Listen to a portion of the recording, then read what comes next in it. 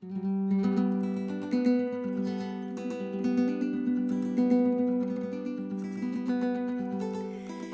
I'm Lahni DeAmicis, one of the astrologers for Planetary Calendar, and I'm here with our weekly forecast. This time it's going to be from October 26th to November 1st. We do our weekly forecast from Monday through Sunday.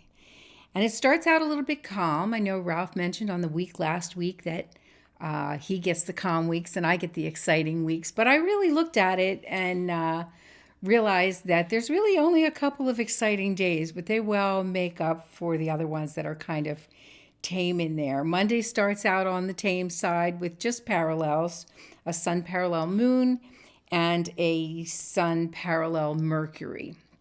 And Mercury being well aspected to the moon in Pisces, which is kind of a good thing because Mercury is retrograde. And so with Mercury retrograde, having a good relationship with the moon in Pisces, it's all internalized energy. That makes things start out pretty calmly for the week. But hold on to your bootstraps because on Tuesday, the 27th, we start off with a late void of course that goes on overnight. So it's not impacting your day. It starts about 5:45 p.m. Pacific time and ends at almost 2 o'clock in the morning on the 28th.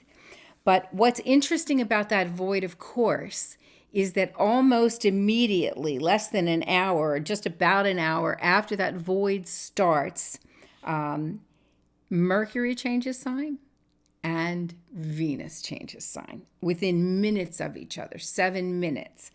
Mercury enters Libra first, not a strong sign for Mercury, and Mercury is backing into Libra, you remember, because Mercury started out in Scorpio, turning retrograde at 11 degrees.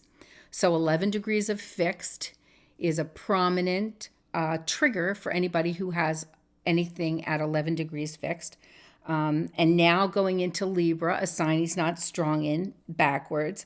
But the one saving grace is that Venus is also entering Libra. And of course, she's the ruler of that sign. So it's like, holding hands with a friend who speaks the language in a foreign country.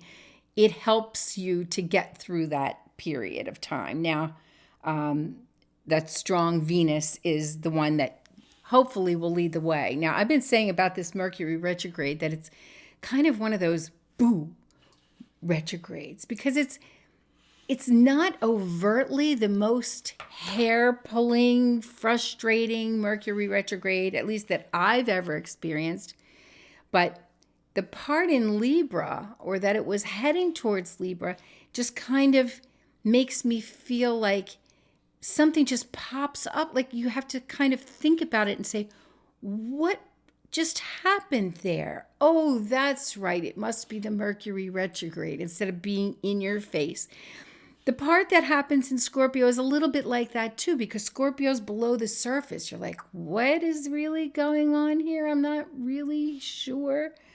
So it's kind of a strange Mercury retrograde, but you live in strange times. You have a strange retrograde. The next day is strange in and of the fact that once the moon goes into Aries, it's making a hard aspect to Venus. Of course, it's opposite. Venus has just gone into Libra. And that's the only aspect that's recorded on the square at all. Now, remember, these aspects are recorded on the calendar square when they're exact. So a lot of times people say, well, isn't that in effect for a longer period of time? Of course it is. Could be a day before, a day after, sometimes longer, depending what the planet's involved. But it's kind of a clear day, with that, emotional tug of war with the moon opposite the Venus.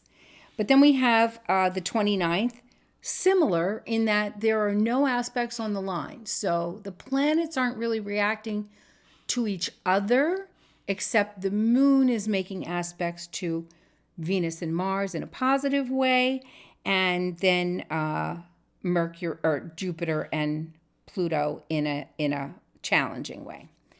And we have the same dynamic on the 30th, because on the 30th, we have the moon in Taurus in the afternoon, and is aspecting Mercury and Saturn, but no aspects on the line.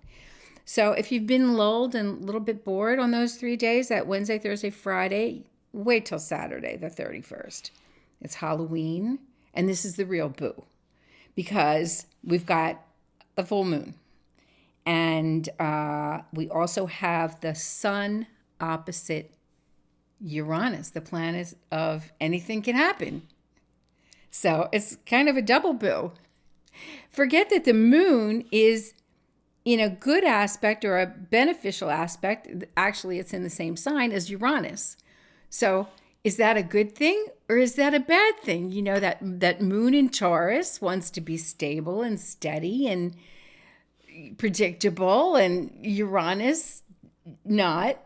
So you've got this whole dynamic that's been going on the whole time with Uranus and Taurus anyway.